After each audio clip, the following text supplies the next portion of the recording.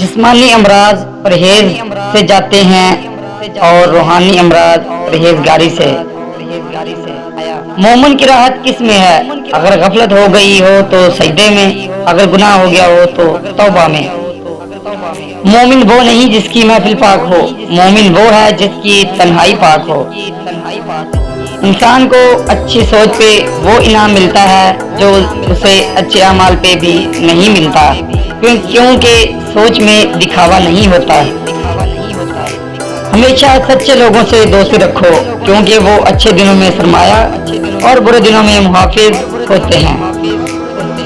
علم وہ نہیں جو آپ نے سیکھا ہے، علم تو وہ ہے جو آپ کے عمل و کردار سے ظاہر ہو۔ زمانے کا شکوہ نہ کرو بلکہ خود کو بدلو، کیونکہ پاؤں کو گندگی سے بچانے کا طریقہ جوتا پہننا ہے، نہ کہ سارے شہر میں قالین بچھانا۔ انسان کو اس کی برائیوں سمیت قبول کرنے والا ہی اس کا سچا دوست ہوتا ہے، کیونکہ خوبیاں تو دشمن کی بھی متاثر کرتی ہیں۔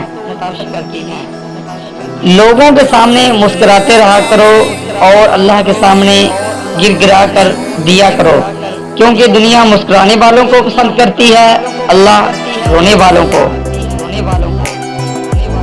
بہترین انسان عمل سے پہچانا جاتا ہے، کیونکہ اچھی باتیں تو دیواروں پہ بھی لکھی ہوتی ہیں۔